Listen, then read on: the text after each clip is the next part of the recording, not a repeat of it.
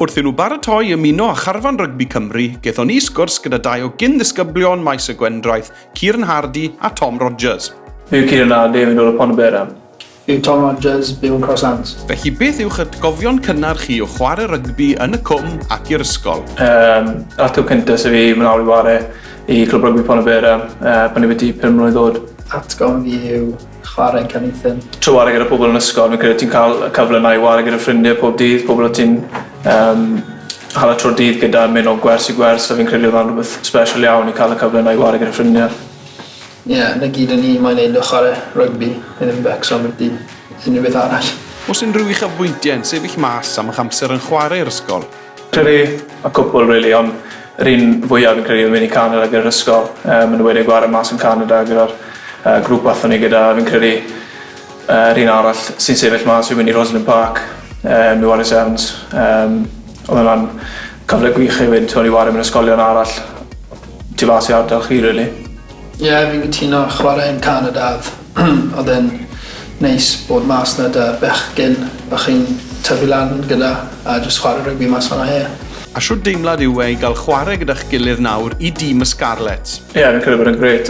Just y perthynas na sydd gyda chi ar y car, fi'n credu bod yn special iawn wedyn bod chi'n cael gwneud yr un peth ar y car rwy'n ti'n nabod mor dda. Fi'n credu bod yn neis bod ni'n gallu dathlu ar y gêm oedd ni'n ennill gyda'r gilydd a'r moment ni'n cael ar y car. Ie, deff yn neis. O'n i'n cwpl o blynydde ifanc yna Kieran a edrych yn watcho fe'n chwarae i'r ysgol. Oedd e'n a nawr bod fi'n chwarae dy fe, mae fe'n special.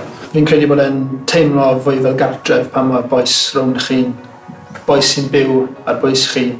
Maen nhw moyn, wel, yr un gols y chi a mae'n neis bod rhwngddyn nhw trwy dydd.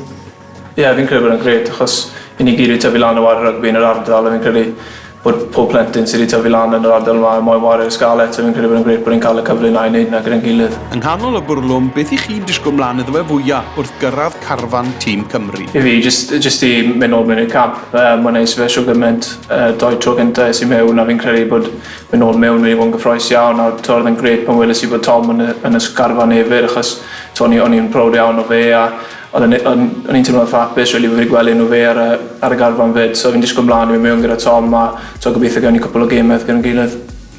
Ie, defos i siarad card y Kieran yn peth special i fi a i just cwrdd â ffrindiau newydd yn y camp a just joio. A siwr ydych chi'n teimlo am yr ymateb i chi wedi cael wrth bobl nôl yn y cwm? Mae'n gret, mae'n gret gwybod bod pobl arall mas sy'n hapus i chi a cefnogi popeth i chi'n neud. A mae'n neud y bach yn fwy special wedyn pan chi'n mynd i ware i Cymru, chi'n gwybod bod pawb tu ôl i chi, mae pawb yn meddwl dda amdano chi. Mae'n neis cael y cefnogaeth o pobl gytre, mae'n neud i chi teimlo'n special iawn.